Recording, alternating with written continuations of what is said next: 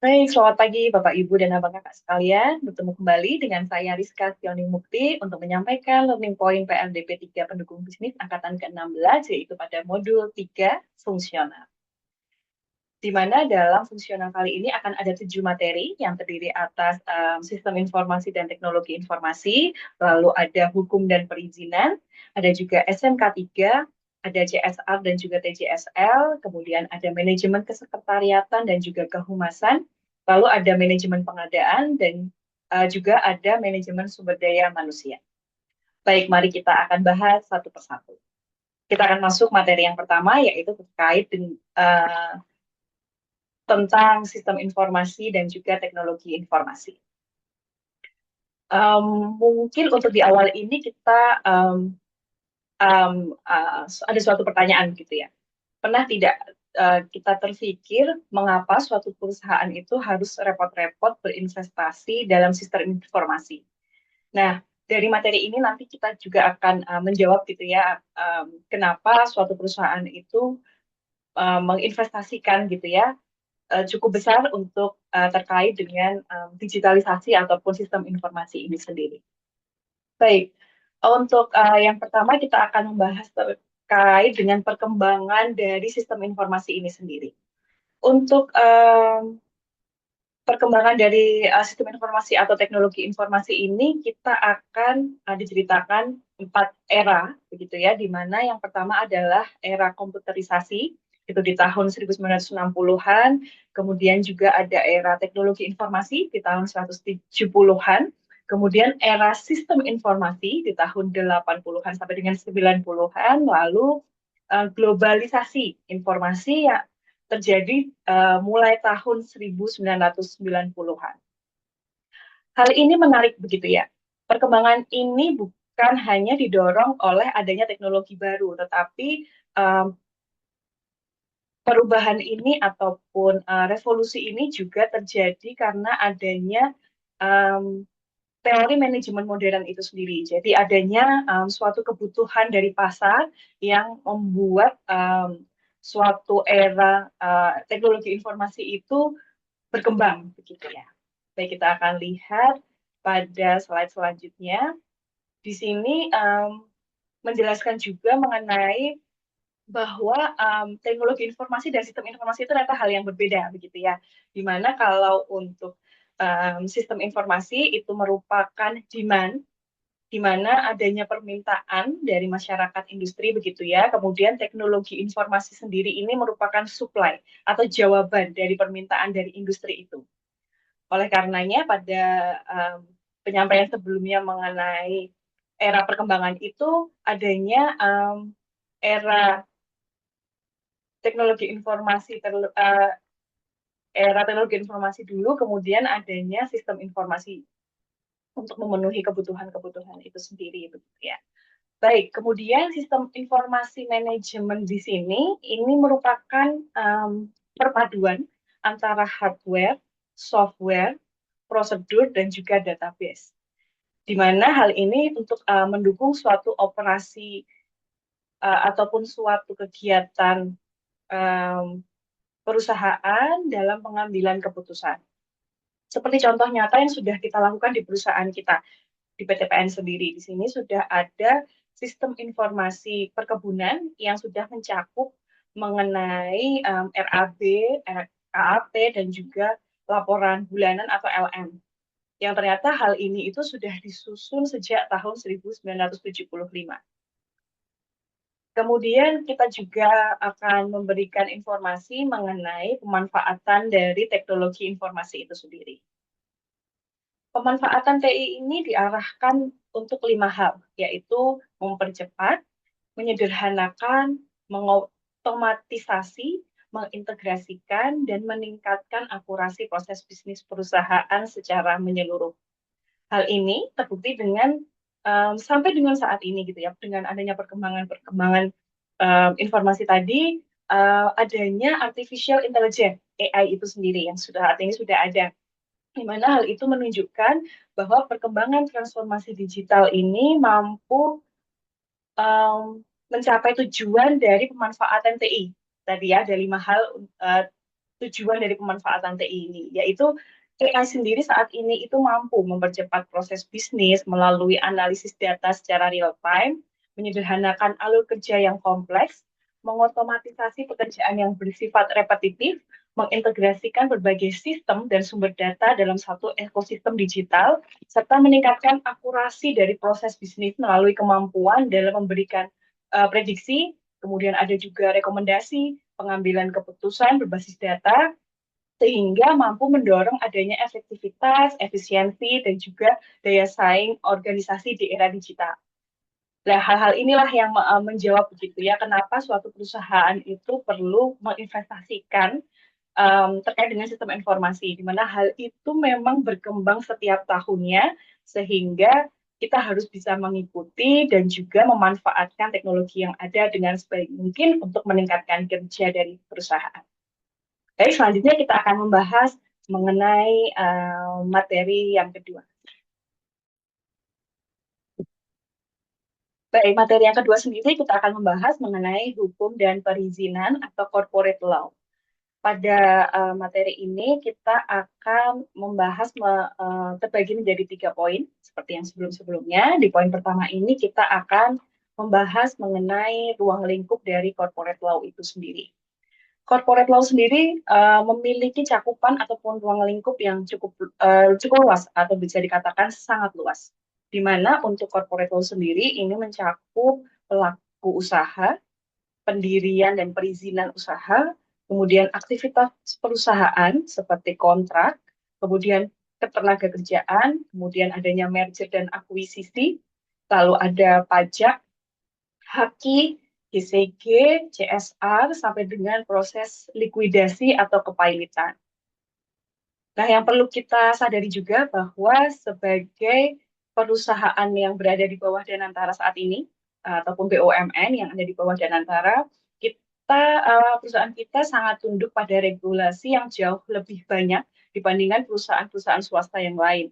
Termasuk di antaranya ada juga undang-undang mengenai BUMN, keuangan negara, dan juga tindak pidana korupsi. Undang-undang ataupun aturan-aturan itu sebenarnya bagi kebaikan kita juga gitu ya, bagi kebaikan perusahaan, di mana hal-hal itu yang mengatur atau memberikan role untuk perusahaan, bagaimana harus berjalan, kemudian harus mematuhi apa saja. Nah, disitulah peran dari adanya undang-undang ataupun aturan-aturan yang ada. Kemudian selanjutnya kita juga akan membahas mengenai perseroan terbatas. Untuk perseroan terbatas sendiri, di dalam hukum dan perizinan, PT ini merupakan badan hukum yang berdiri sendiri. Biasanya perseroan ini mempunyai kekayaan yang terpisah dari pemiliknya dan juga tanggung jawab pemegang saham itu hanya terbatas pada kepemilikan saham yang dimiliki oleh pemegang sahamnya. Kecuali kalau memang ada ataupun terkena piercing the corporate veil. Di dalam PT sendiri ada 3 organ yang memiliki kewenangan yang tegas dan juga terpisah, di mana suatu perseroan itu organ-organnya terdiri atas RUPS, kemudian ada juga direksi dan juga komisaris. Dan pada prinsipnya di dalam perseroan terbatas itu ada tanggung jawab yang tidak tak terbatas. Sehingga pada prinsipnya di dalam perseroan terbatas pemegang saham hanya bertanggung jawab sampai dengan batas sejauh mana atau sebesar apa saham yang dimiliki oleh perusahaan tersebut. Tidak sampai semua harta kekayaan pemegang saham itu mempengaruhi perusahaan atau perseroan itu. Jadi seorang ataupun suatu pemegang saham itu hanya memiliki kewenangan ataupun tanggung jawab gitu ya, sesuai dengan batasan saham yang ditanamkan pemegang saham itu sendiri di perseroan terbatas. Seperti itu. Kemudian poin ketiga dari pembelajaran tentang hukum dan perizinan ini adalah terkait dengan fiduciary duty direksi. Di mana dalam hal ini direksi wajib menjalankan duty of loyalty, yaitu mengutamakan kepentingan perseroan di atas kepentingan pribadi, dan juga duty of care, yang bertindak berdasarkan informasi yang memadai. Ini penting untuk kita ketahui begitu ya. Karena apabila seorang direksi melakukan kelalaian dalam menjalankan dua duty-nya tersebut, ini dapat menimbulkan tanggung jawab pribadi bagi direksinya. Jadi bukan hanya formalitas menjabat direktur begitu ya atau direksi begitu, tapi mereka memang mempunyai um, duty-duty yang harus dijalankan dan itu memiliki tanggung jawab hukum begitu ya. Apabila melanggar akan dikenai sanksi-sansi hukum yang sesuai dengan um, peraturan yang ada. Gitu.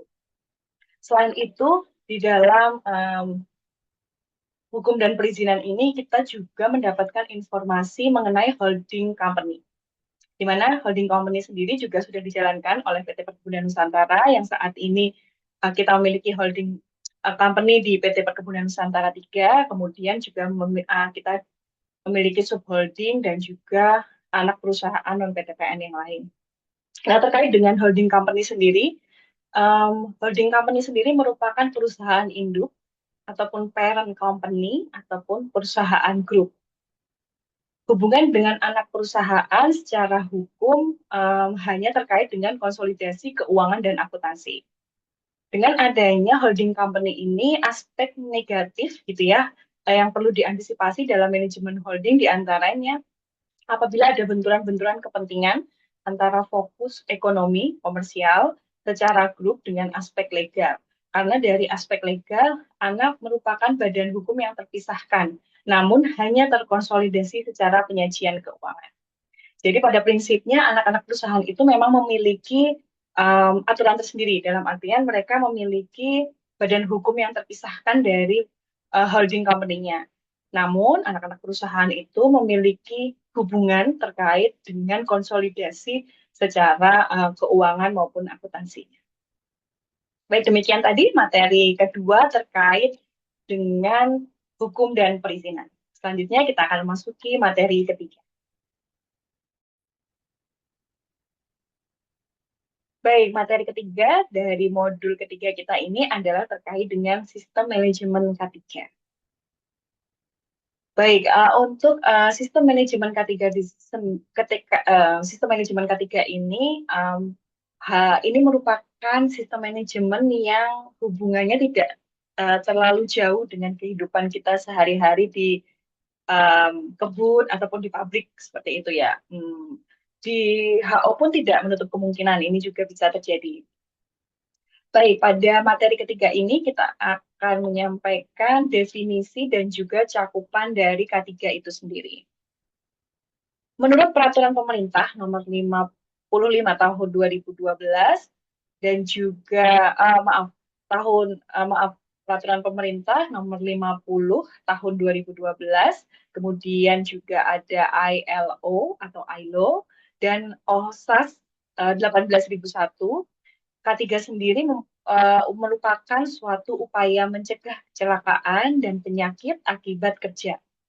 Cakupannya meliputi 4 aspek, yaitu diantaranya keselamatan, kesehatan, keadaan darurat, dan lingkungan kerja. Selanjutnya kita akan membahas mengenai filosofi dasar dari K3 ini sendiri. Filosofi dasar K3 ini menurut saya yang paling penting adalah kita dalam menginternalisasi dari K3 itu sendiri, di mana karyawan di sini merupakan aset terpenting dari perusahaan. Semua kecelakaan pada dasarnya itu kan bisa dicegah begitu ya. Perusahaan mempunyai hak dan juga kewajiban untuk mencegah adanya kecelakaan yang bisa saja terjadi pada karyawannya.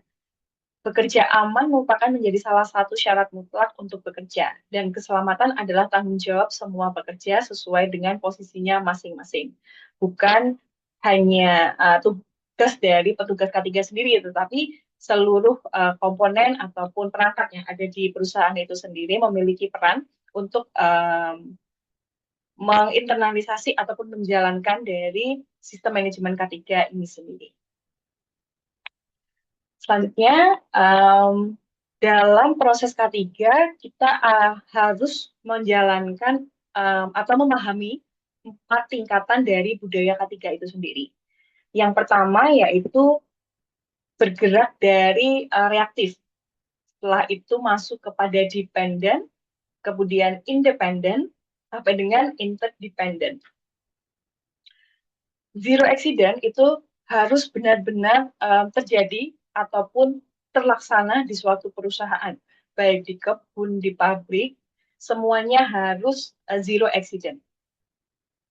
Nah, untuk zero accident itu hanya benar-benar terbuka lebar pada tahap interdependent. Jadi posisi interdependent itu merupakan tingkatan dari budaya K3 yang paling tertinggi dan paling terbaik, di mana tidak ada accident sama sekali dalam dunia kerja, begitu ya.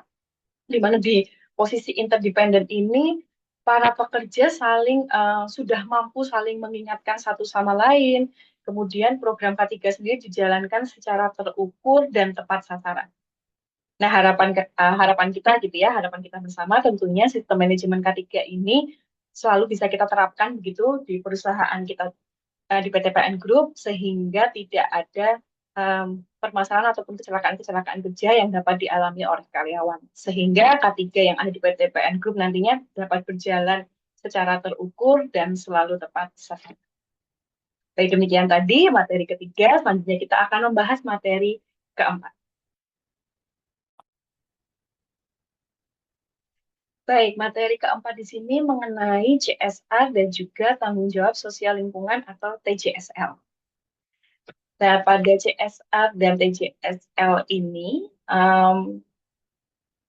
kita akan menjelaskan ataupun memahami begitu ya, bahwa CSR dan tanggung jawab sosial lingkungan atau TJSL itu merupakan wujud tanggung jawab sosial begitu yang ada di perusahaan. Dan ini merupakan bukan donasi ya, bukan donasi perusahaan untuk memberikan bantuan, tetapi ini merupakan bentuk respon ataupun tanggung jawab sosial daripada perusahaan itu sendiri.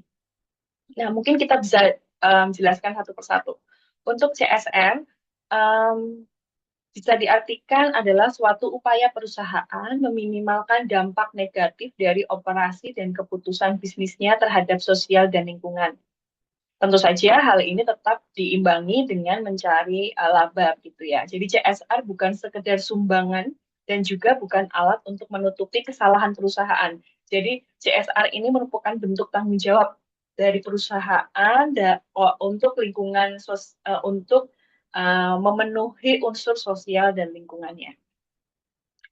Kemudian um, yang kedua, CSR ini juga saat ini dikenal sebagai tanggung jawab sosial lingkungan atau TJSL, di mana di sini adalah komitmen perseroan atau perusahaan begitu ya untuk berperan dalam pembangunan ekonomi berkelanjutan.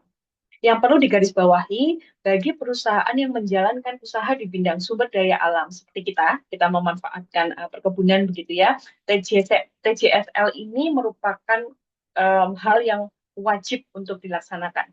Bukan pilihan sukarela, tapi ini merupakan kewajiban dari perusahaan itu sendiri.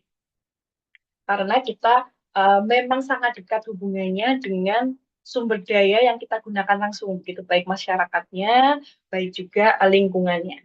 Sehingga melakukan TJSL ini menjadi suatu kewajiban, dan sekali lagi itu merupakan bentuk tanggung jawab perusahaan untuk bertanggung jawab dengan lingkungan sosial, lingkungan yang ada di sekitarnya.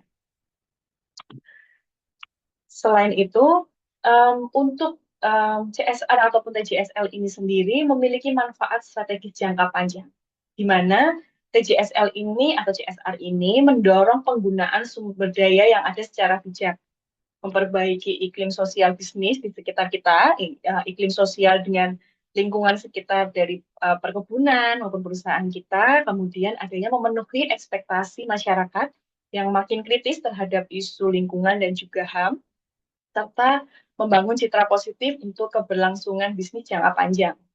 Jadi, sekali lagi TJSL itu bukan biaya tambahan, tetapi ini merupakan investasi untuk keberlanjutan perusahaan atau bisnis itu sendiri. Baik, itu tadi materi keempat terkait dengan CSR dan juga TJSL. Selanjutnya kita akan memasuki materi selanjutnya. Baik, materi selanjutnya yaitu materi kelima terkait dengan manajemen kesekretariatan dan kehumasan. Ya, untuk manajemen kesekretariatan dan kehumasan ini tidak jauh begitu ya dengan terkait dengan manajemen CSR dan juga TJSL sebelumnya, di mana hal ini masih saling berhubungan. Di mana pada poin kehumasan itu disitulah peran dari bagian sekretariat dalam mengelola CSR dan juga TJSL. Baik, kita akan masuk ke poin-poin ataupun learning point dari materi kelima, di mana yang pertama kita akan menjelaskan mengenai tiga jenis dan fungsi dari sekretaris. Tiga fungsi dari sekretaris. Baik, yang pertama, jenis sekretaris sendiri ada sekretaris organisasi, kemudian sekretaris pribadi, dan juga sekretaris pimpinan. Meski jenisnya sepertinya berbeda-beda, tetapi fungsi intinya tetap sama, yaitu meringankan tugas pimpinan, menjadi pusat dokumentasi dan informasi, serta menjadi jembatan komunikasi organisasi ke pihak internal maupun eksternal.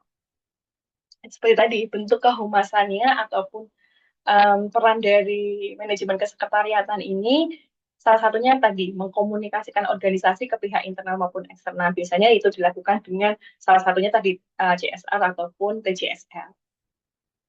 Kemudian selanjutnya untuk manajemen kesekretariatan dan kehumasan, ada juga peran-peran strategis dari sekretaris.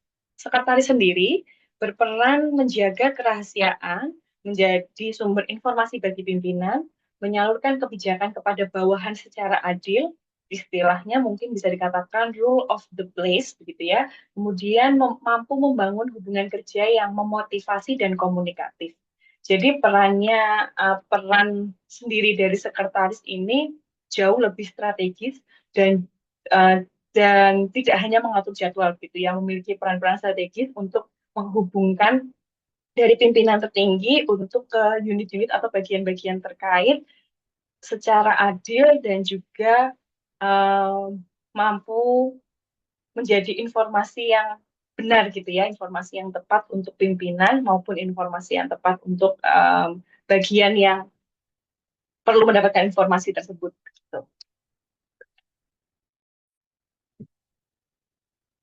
Selanjutnya kita akan mendapatkan informasi mengenai prinsip administrasi kesekretariatan itu sendiri. Prinsip administrasi kesekretariatan itu sendiri, ruang lingkupnya diantaranya adalah ketatausahaan surat menyurat, komunikasi internal dan eksternal, kemudian penyusunan rapat, sampai dengan penerimaan tamu.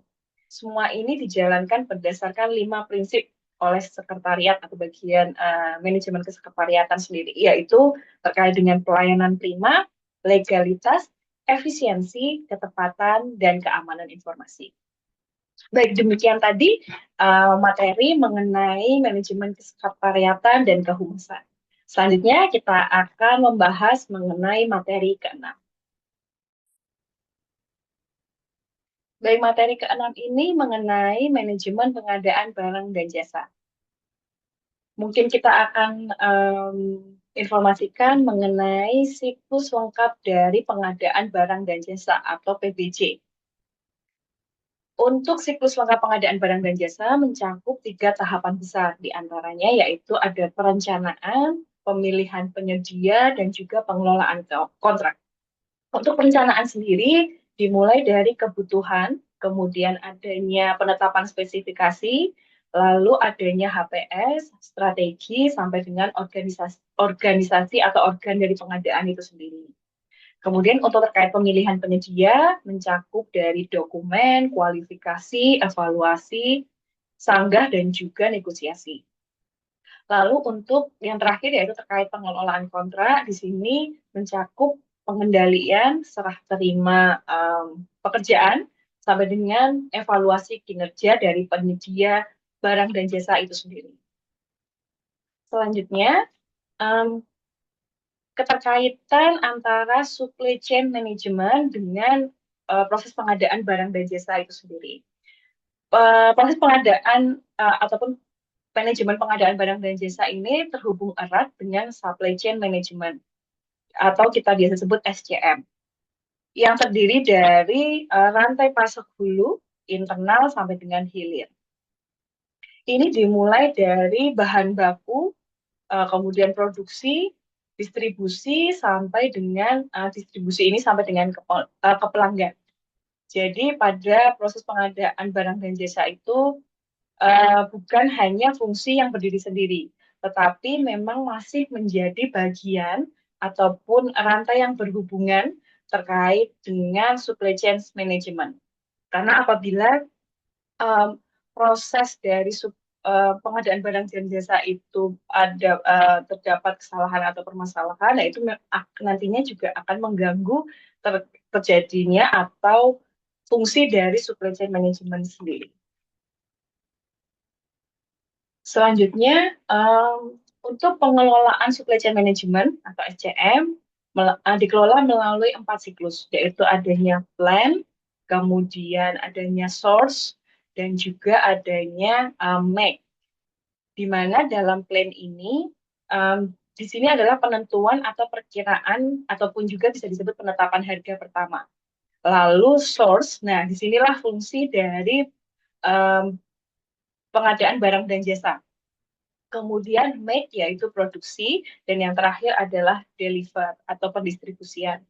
Nah, proses pengadaan barang dan jasa ini menjadi peran kunci seperti yang tadi kami sampaikan, bahwa PBJ ini menjadi peran kunci pada tahapan source, di mana proses pengadaan bahan-bahan begitu ya, di mana PBJ ini memastikan bahwa pasokan yang ada untuk melakukan produksi itu sesuai dengan mutu yang ditetapkan, datang tepat waktu, dan juga penggunaan biaya yang tepat, efisien, dan juga um, sesuai dengan anggaran yang ada. Apabila dari proses pengadaan itu bermasalah, maka dampaknya akan sampai dengan proses supply chain terakhir. Bisa jadi barang tidak terdistribusikan, bisa jadi barang tidak terkirim kepada konsumen dan lain sebagainya. Jadi proses dari pengadaan barang dan jasa ini memang menjadi peranan penting dalam proses supply chain management. Baik, selanjutnya kita akan memasuki materi terakhir terkait dengan manajemen SDM. Baik, materi terakhir dari modul ketiga kita kali ini yaitu terkait dengan manajemen sumber daya manusia. Pada manajemen sumber daya manusia ini kita akan menjelaskan terkait dengan adanya pergeseran filosofi dari human capital itu sendiri. Pergeseran filosofi human capital ini digambarkan lewat human capital management value triangle. Pergeserannya biasanya dimulai dari personal management yang sebelumnya bersifat administratif menuju human resource management yang memulai membicarakan soal nilai-nilai tambah sampai dengan ke human capital management yang fokus pada penciptaan nilai dan juga outcome bagi bisnis. David Ulrich menegaskan bahwa human capital ini berperan dalam 4 hal, yaitu sebagai strategic business partner, sebagai change agent, sebagai administration expert, dan juga sebagai employee champion. Fokus utamanya adalah pada hasil atau results. Bagi organisasi, bukan hanya sekedar aktivitas yang dikerjakan, tetapi hasil dari um, peran human capital ini, membangun sumber daya manusia yang ada di perusahaan. Untuk human capital sendiri, di sini um, terdapat kerangka-kerangka bekerja, gitu ya, kerangka kerja dalam human capital, di mana bisa kita lihat di sini ada kerangka kerja dari Human Capital Management end-to-end. Pertama, yang diturunkan dari arah strategis kebijakan, lalu ke proses inti, yaitu adanya rekrutmen dan seleksi, produktivitas, talenta, reward, dan juga retensi, serta proses pendukung lain seperti database SDM, payroll, SOP, dan juga hubungan industrial. Semuanya dikelola mulai dari tahap attract, maintain, dan juga development. Sampai dengan termination, di mana siklus ini adalah dari karyawan itu diangkat menjadi karyawan, dikelola secara menyeluruh, secara pengembangannya, kemudian karirnya, sampai dengan yang bersangkutan itu purna tugas atau pensiun. Jadi di proses HCM, maaf, Human Capital Management ini sendiri end to end-nya yaitu dari karyawan masuk sampai dengan karyawan keluar ataupun resign sampai dengan pensiun. Baik, demikian tadi materi terakhir dari modul ketiga kita, yaitu terkait dengan fungsional, di mana tadi sudah ada 7 materi yang disampaikan, dan sebelumnya sudah kita sampaikan mengenai modul pertama tentang kepemimpinan, dan juga modul kedua tentang manajemen bisnis.